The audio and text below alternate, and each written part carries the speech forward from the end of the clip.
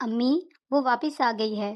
8 سالہ حنین کے منہ سے یہ الفاظ سن کر اس کی ماں کے ہاتھ سے چائے کا کپ گر گیا، کیونکہ جس لڑکی کا نام حنین نے لیا تھا وہ 10 سال پہلے مر چکی تھی، اور اس سے بھی زیادہ خوفناک بات یہ تھی کہ حنین نے اس لڑکی کی تصویر کبھی نہیں دیکھی تھی۔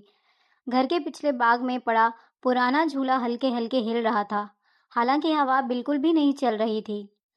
اسی لمحے حنین نے جھولے کی طرف اشارہ کیا اور کہا، وہ رہی سفید کپڑوں والی لڑکی، لیکن وہاں کسی کو کچھ نظر نہیں آیا۔ اب کہانی شروع ہوتی ہے 3 ماہ پہلے۔ زویا اپنے شوہر اور بیٹے حنین کے ساتھ ایک پرانی حویلی میں رہنے آئی تھی۔ حویلی کافی سستی ملی تھی، لوگ کہتے تھے کہ یہ گھر منحوس ہے، مگر زویا ایسی باتوں پر یقین نہیں رکھتی تھی۔ شروع کے چند دن سب کچھ ٹھیک رہا، پھر ایک رات حنین نے کہا، امی، باغ میں میری ایک دوست بنی ہے۔ زویا مسکرا دی۔ اچھا، نام کیا ہے اس کا؟ حنین نے جواب دیا، عائشہ۔ اس دن کے بعد حنین اکثر باغ میں اکیلا کھیلتا رہتا اور ہر بار کہتا کہ عائشہ بھی اس کے ساتھ کھیل رہی ہے، مگر کسی اور کو وہ لڑکی نظر نہیں آتی تھی۔ ایک رات زویا کی آنکھ کھلی تو حنین اپنے بستر پر نہیں تھا۔ گھبرا کر وہ اسے ڈھونڈنے لگی۔ باغ میں پہنچی تو دیکھا کہ حنین جھولے پر بیٹھا ہوا ہے اور کسی سے باتیں کر رہا ہے۔ عائشہ کہہ رہی ہے کہ اسے اندھیرے سے ڈر لگتا ہے۔ زویا کے جسم میں سنسنی دوڑ گئی، کیونکہ سامنے کوئی نہیں تھا۔ اگلے دن اس نے پڑوسیوں سے بات کی، تب ایک بوڑھی خاتون نے پوچھا، کیا تمہارا بیٹا کسی عائشہ کا ذکر کرتا ہے؟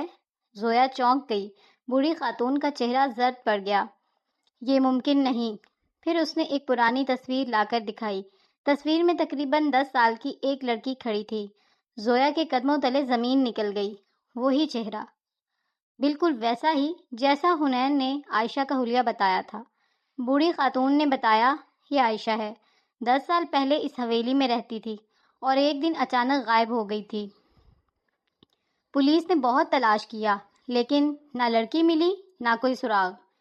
اسی رات زویا نے فیصلہ کیا کہ وہ سچ معلوم کرے گی۔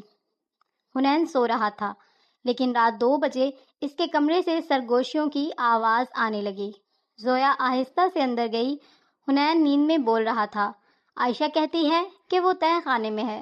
زویا کا دل دھک سے رہ گیا۔ حویلی میں واقعی ایک پرانا تہہ خانہ موجود تھا، جسے برسوں سے کسی نے نہیں کھولا تھا۔ اگلی صبح وہ شوہر کے ساتھ تہہ خانے میں پہنچ گئی۔ دروازہ کھولا گیا۔ اندر گرد اور مکڑیوں کے جالے تھے، لیکن ایک دیوار عجیب لگ رہی تھی، جیسے بعد میں بنائی گئی ہو۔ مزدور بلائے گئے۔ جب دیوار توڑی گئی تو اندر ایک چھوٹا سا خفیہ کمرہ نکلا، اور وہاں ایک چھوٹا سا کنکال موجود تھا۔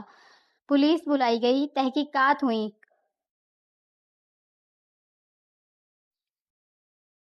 اور ڈی این اے رپورٹ نے ثابت کر دیا کہ وہ عائشہ ہی تھی۔ پتہ چلا کہ برسوں پہلے اسے قتل کر کے دیوار کے پیچھے چھپا دیا گیا تھا۔ قاتل کوئی اور نہیں بلکہ اس کا قریبی رشتہ دار تھا، جسے فوراً گرفتار کر لیا گیا۔ جس رات حقیقت سامنے آئی، اس رات حنین آخری بار باغ میں گیا۔ وہ خالی جھولے کے سامنے کھڑا مسکرا رہا تھا۔ زویا نے پوچھا، کس سے بات کر رہے ہو؟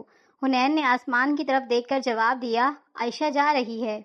وہ کہہ رہی ہے، اب اسے ڈر نہیں لگتا۔ اگلے ہی لمحے جھولا خود بخود ہلنا بند ہو گیا، اور اس کے بعد حنین نے کبھی عائشہ کا نام نہیں لیا۔ لیکن آج بھی اس حویلی میں رہنے والے لوگ کہتے ہیں کہ بعض راتوں میں باغ کے خالی جھولے سے ایک بچی کی ہلکی سی ہنسی سنائی دیتی ہے۔